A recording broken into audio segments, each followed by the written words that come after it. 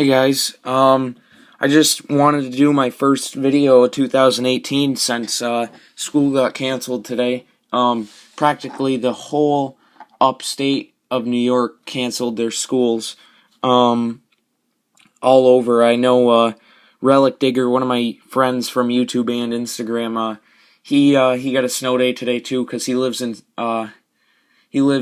like towards the Syracuse area, and it's just pretty bad. The weather here, it's like 32 below. Some places here it's 10 below. But the forecast was for 32 below with wind chill. Tomorrow it's actually supposed to be worse. There's places all over the East Coast getting hit by a nor'easter too, and it's really bad.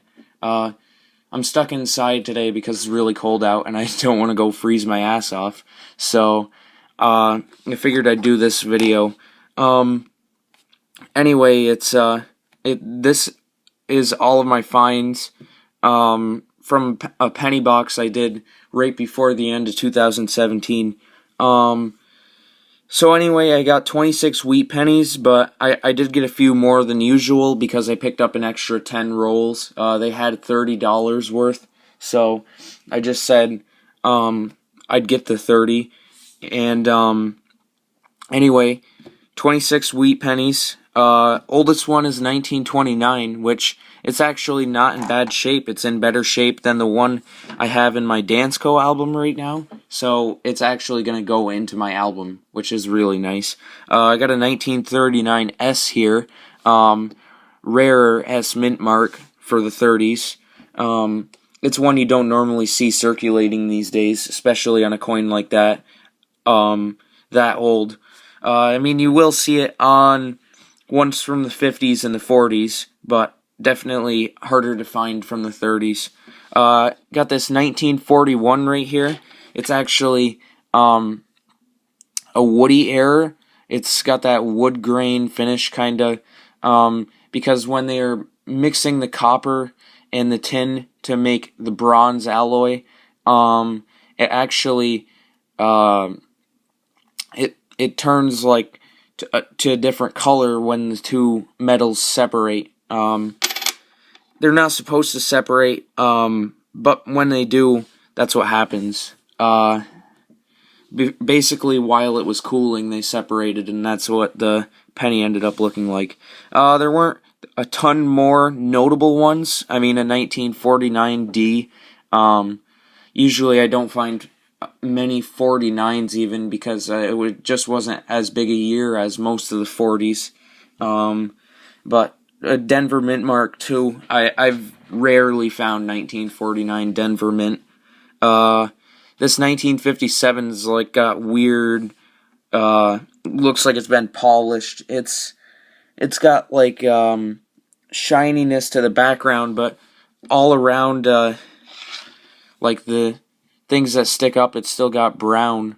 So you can see it's like there's the shiny parts and then there's just brown, like a line around everything. I thought this one was pretty weird. It definitely stood out when I found it. It is cleaned though, so it's worth hardly anything over face value. 1957D pennies that are circulated are hardly worth anything over face value anyway. I also got this toned one. Most likely this is artificially toned though. It's a really cool looking one, but I wasn't too excited when I found it because it's not real toning. If it was, this would be going in my album too. It's definitely got a cool look to it though, so I might put it in a cardboard 2x2 flip, one of those cases I have. The last two were just a 1957D and a 1958D.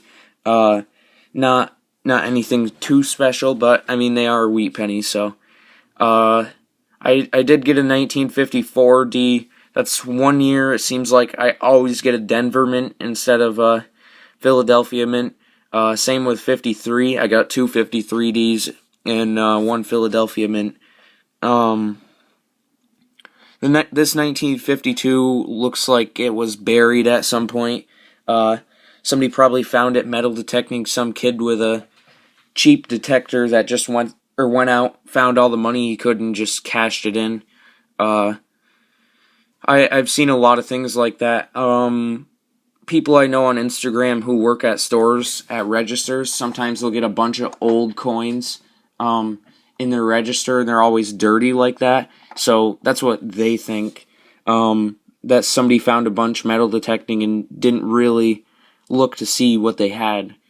But anyway, yeah, I got 26 wheat pennies from the $30 worth of pennies. It was my last coin roll hunt in 2017. Put me over 600 wheat pennies total for the year. I ended up with 608 wheat pennies total. 459 old Jeffersons,